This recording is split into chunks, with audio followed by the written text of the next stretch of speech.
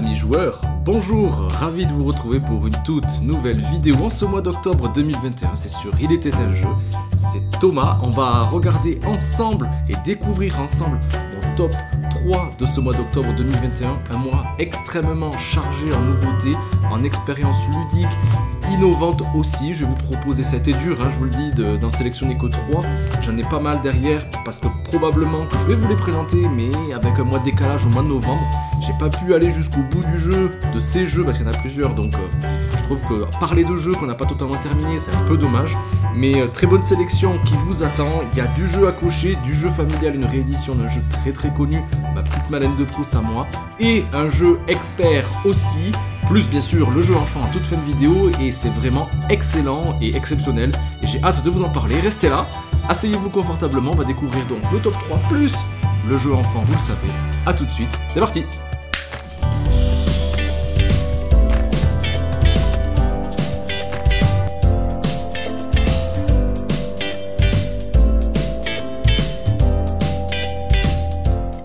On commence avec une catégorie de jeux. En troisième position, c'est une catégorie que j'adore, qu'on adore, parce que ça se partage bien sûr, même s'il y a un mode un joueur, c'est les jeux à cocher. Et c'est Matagot qui nous le propose. Je vais le dire en français, Rolling Realms. D'ailleurs, ouais, je vous le dis en français parce que en anglais c'est un petit peu difficile. Petit défi à la maison, essayez de me le dire en anglais. Vous allez voir, c'est pas si évident que ça. En tout cas, moi, avec mon accent un peu pourri, c'est pas si facile que ça. Rolling Realms. Moi, c'est pas mal. C'est un jeu Matagot, c'est un jeu aussi Stone Meyer, c'est à partir de 14 ans, de 1 à 6 joueurs pour 30 minutes les parties environ. C'est atypique, c'est particulier, c'est un jeu à cocher, un roll and write. Je jette des dés et je vais cocher ce que je peux dans ce genre de jeu. Ici, c'est tout particulier parce que ça va reprendre les grands succès, on va dire, de Stone Meyer et de Matagot. Il y a 11 grilles différentes à l'intérieur. On retrouve du Sight, on retrouve du Viticulture, on retrouve du Wingspan aussi. Bref, il y en a 11 différents et chacune des grilles avec une particularité, chacune des grilles dans la thématique et dans la façon de cocher qui va être bien particulière.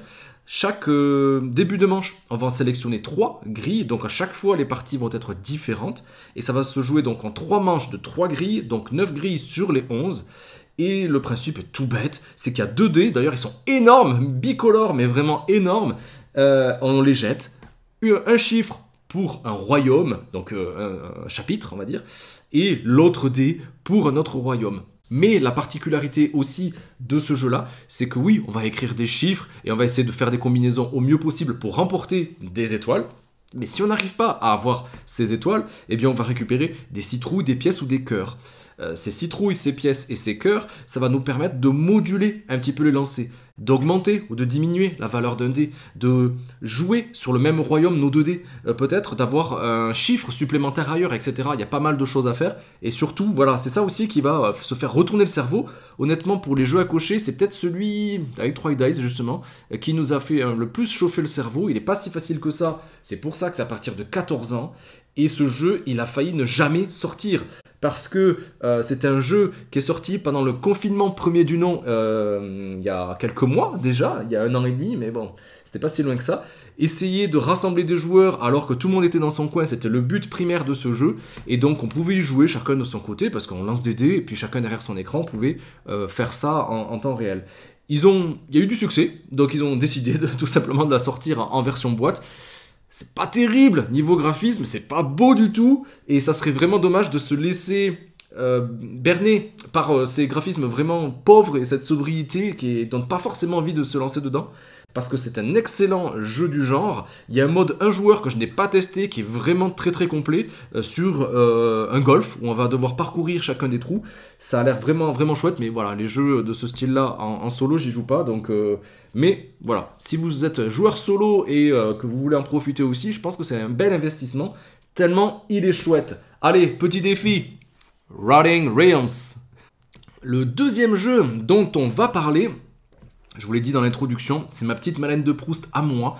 Une réédition, pas forcément, puisqu'en fait c'est un nouveau jeu dans la gamme des Seven Wonders, parce que celui-ci, il est carrément plus familial, c'est Architects. Seven Wonders Architects. Si vous êtes un adepte de Seven Wonders, c'est pas celui-ci qui va le remplacer. Si vous ne connaissez pas Seven Wonders, c'est que vous voulez rentrer peut-être dans des jeux familiaux sans vous prendre la tête, c'est celui-là. Ça me fait penser au gars là. Seven Wonders Architects, c'est de 2 à 7 joueurs. Quand je vous dis de rassembler les joueurs, c'est vraiment celui-ci qu'il vous faudra. À partir de 8 ans pour des parties de 25 minutes environ. Ouais, 25 minutes. Et encore plus rapide à 2. À 10-15 minutes, ça roule très très bien. D'ailleurs, je vous en avais présenté une vidéo dédiée. Vous êtes nombreux déjà à l'avoir vue, donc merci à vous. Mais voilà, si vous voulez connaître les règles précises, c'est par là que ça se passe. Seven Wonders Architects, déjà, on remet la formule au goût du jour. Exit le draft. Le draft, on distribue des cartes, on en choisit une et on donne le reste à son adversaire avant de récupérer et donc se faire une main un petit peu à son image. Ici, ça n'existe plus. Ici, tout va se passer avec des pioches. Une pioche dédiée à notre merveille. Mais aussi, on aura accès à la pioche de notre joueur, de notre voisin de droite. Et aussi, on aura accès à la pioche. Les cartes sur nos pioches, elles sont visibles. Celle de la pioche principale, elle est cachée.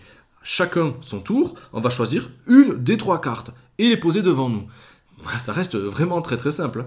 Et ici aussi, tout ce qui concernait les collections de matériaux, de verre, d'argile, de pierre, etc.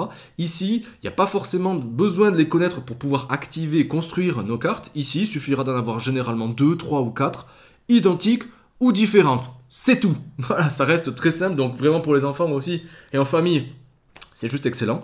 Mais la particularité aussi, c'est que ces cartes-là, autant dans Seven Wonders premier du nom, on les gardait et on essayait de combiner, etc.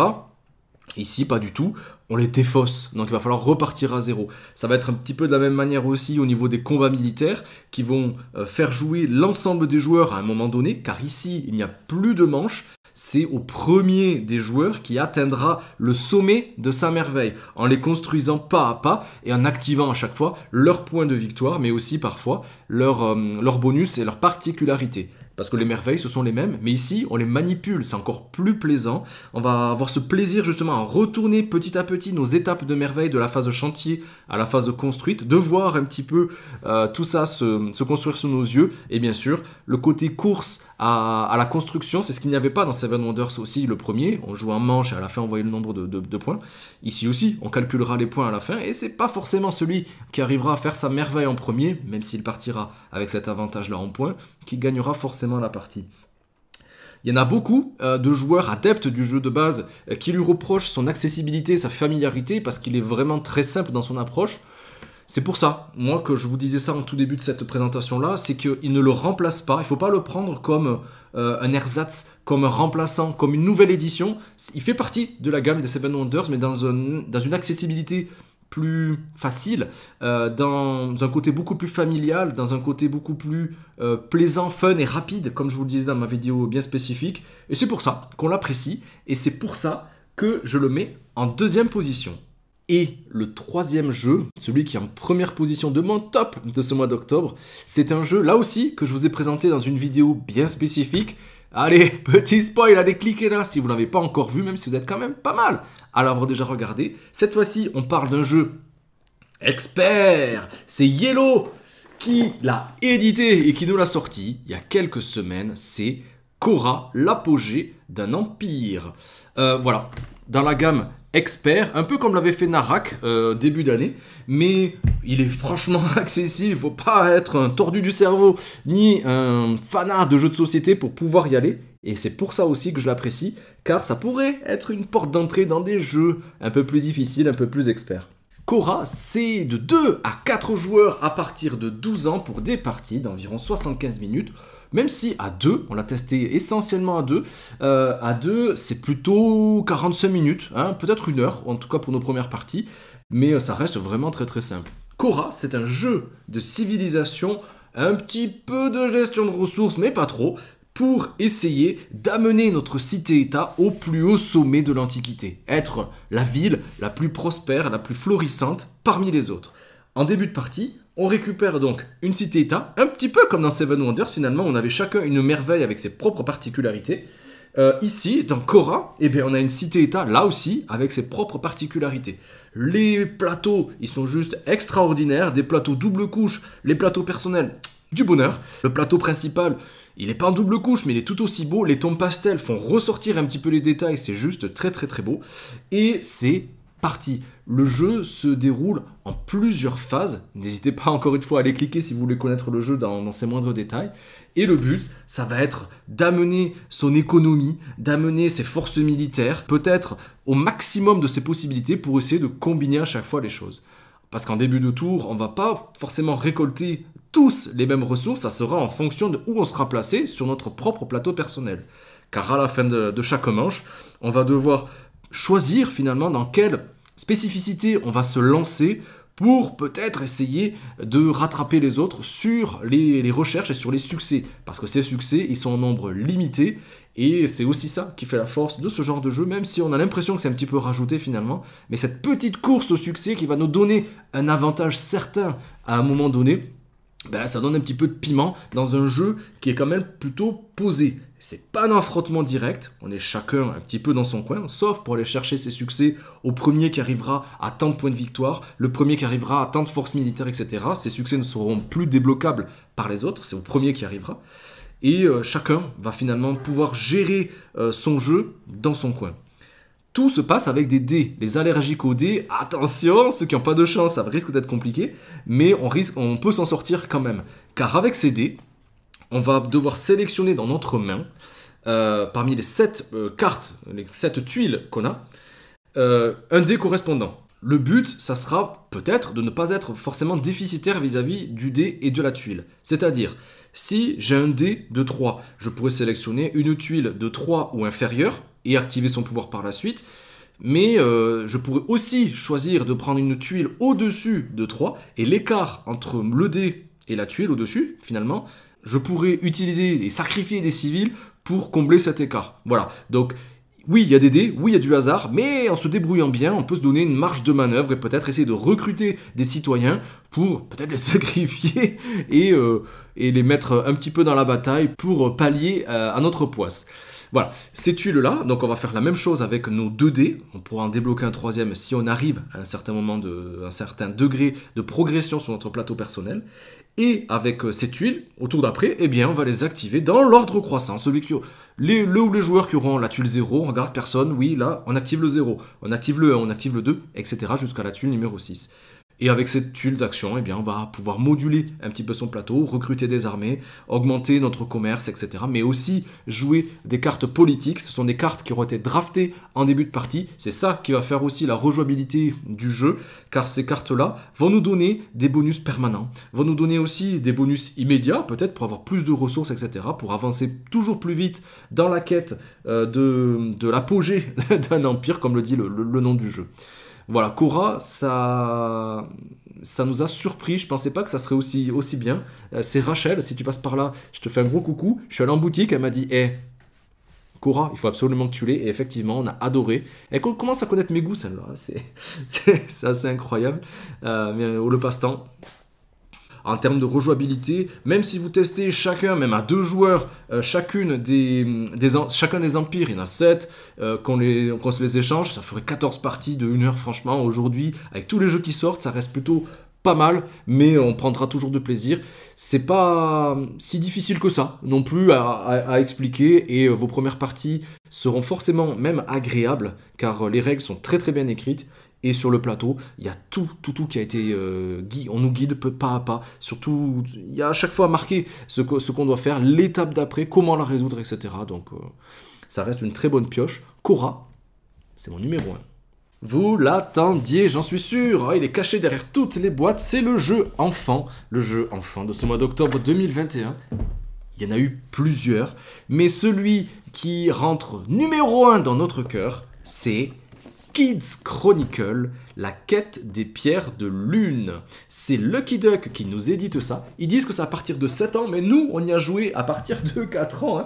On l'a même terminé tout juste hier, pour des parties d'environ 30 minutes, et on peut jouer à autant que vous voulez, même tout seul, pour les grands enfants. Kids Chronicle, la quête des pierres de lune, c'est un magnifique jeu d'aventure narratif et coopératif, totalement coop. Si vous connaissez les Chronicles of Crime, on rentre un petit peu dans la même mécanique. Une application mobile sera forcément nécessaire, elle est totalement gratuite pour pouvoir y jouer, car on utilise la technologie du scan and play. C'est-à-dire, là, ici, on a un énorme plateau qui est magnifique, qui est féerique, qui est fantastique. On retrouve les lieux assez communs que les enfants adorent, des châteaux, des forêts, des lacs, des volcans, etc. Et les personnages qu'on va pouvoir rencontrer dans ces lieux vont intervenir. On va les placer en fonction au gré de nos rencontres. Là aussi, les cartes sont excellentes. Chaque carte a un QR code. Ça veut dire que quand on va accéder à un lieu, on va scanner donc ce lieu. L'application va nous dire un petit peu ce qu'il s'y passe, avec une ambiance sonore qui est vraiment excellente, en fonction des lieux, de l'eau, du volcan, des tremblements, etc. On entend tout. Je vous conseille vraiment, si vous avez une enceinte Bluetooth ou quelque chose comme ça, nous on avait une enceinte là qui rapporte les sons quand même de manière plutôt homogène et vraiment fine, et ça reste vraiment très très plaisant. Donc une fois qu'on a scanné un lieu, il va y avoir une scène qui va s'ouvrir sur votre smartphone. Et cette scène-là, on va devoir bouger et regarder autour de nous quels personnages se trouvent dans ce lieu, quels objets il y aurait peut-être avec eux, et devoir les mettre donc dans notre besace et sur le lieu pour pouvoir les interroger par la suite. On interroge le personnage pour lui demander qu'est-ce qu'il fait là, et on va pouvoir l'interroger ensuite sur le lieu, sur un personnage qu'on aura rencontré, sur les objets qu'on recherche peut-être, ou les objets qu'on aurait déjà récupérés, et on avance comme ça au fil de l'aventure. Il y a des chemins, on va pouvoir logiquement franchir ces chemins, on ne pourra pas aller du nord au sud d'une traite, il faudra passer forcément par des lieux, des étapes finalement. Moi, c'est ça qui m'est c'est un des points négatifs dont j'ai parlé sur mon post sur Insta. Je trouve que c'est une bonne idée, ça reste dans la logique d'une aventure et d'un déplacement, mais c'est un peu barbant quand on sait très bien où aller, il faut s'arrêter, etc. Ça prend quelques secondes, il faut à chaque fois cliquer, mais voilà. Sinon, l'aventure est excellente, il y a un tutoriel qui fait office de règle du jeu, comme c'est souvent le cas dans ce genre de jeu, qui fait très bien l'affaire, on comprend tout de suite. On a Nils, le petit chat violet, là, qui est un magicien, qui est un chat magique, on va dire, parce que c'est nous, ce sont nous les magiciens.